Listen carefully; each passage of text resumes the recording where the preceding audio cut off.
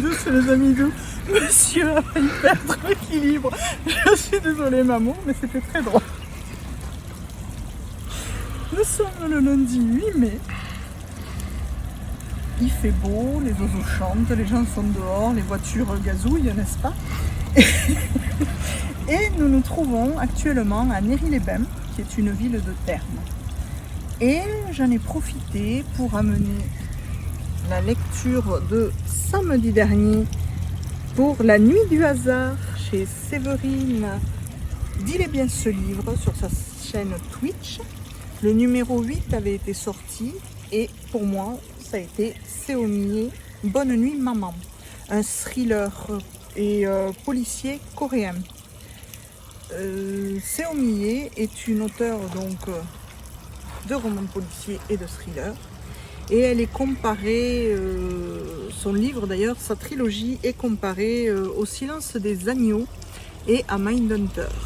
D'ailleurs, son personnage principal, Seong-Yong, qui est criminologue et professeur à l'université, est comparé à Clarice Starling, qui est elle l'héroïne de Le Silence des agneaux.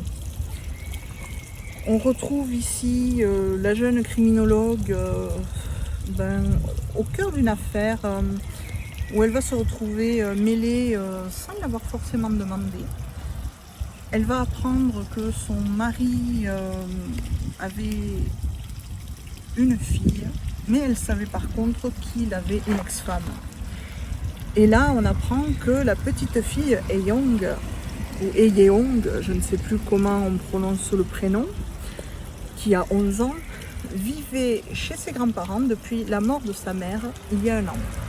Et là, ce qu'il se passe, c'est que la petite Eyoung va se retrouver orpheline, encore une fois, parce que ses grands-parents vont trouver la mort dans un incendie. Incendie criminel, incendie accident domestique, on ne le sait pas. Et la police va devoir démêler toute cette affaire. En parallèle, Seong-Yong, qui est donc professeur à l'université et criminologue, va être demandé pour faire avouer, oui et non, mais on va lui demander d'aller voir un tueur en série qui est incarcéré depuis au moins une bonne quinzaine d'années et qui ne veut parler qu'à elle.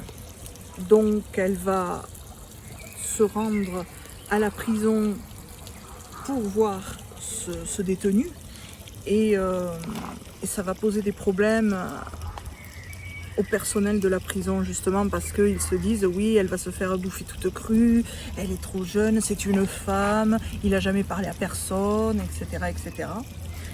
Et donc elle va quand même aller l'interroger parce que ça titille sa curiosité. Et pourquoi elle? Au fur et à mesure de l'histoire, on va apprendre plein de choses concernant ce détenu. On va apprendre aussi petit à petit l'histoire de la petite Eyeong. Et Seong-Yong va dévoiler aussi une partie de son histoire. Et moi, il y a une phrase qui m'a marquée en fait dans ce livre, c'est quand elle va voir le détenu, il lui pose « Est-ce qu'on peut enlacer et embrasser, voire aimer un monstre ?» Et malgré elle, elle va devoir et elle va avoir la réponse. Et je vous en dis pas plus parce que il faut lire Bonne nuit maman. Je vous remercie. J'espère que cette petite vidéo en extérieur vous a fait plaisir. En tout cas, il fait trop bon. Je suis désolée si je suis un petit peu colorée, mais j'ai très chaud. Parce qu'en fait, je croyais qu'il faisait plus frais que ça. Je vous dis bonne fin d'après-midi, des bisous et à bientôt les amis douces et les amis doux. Ciao ciao!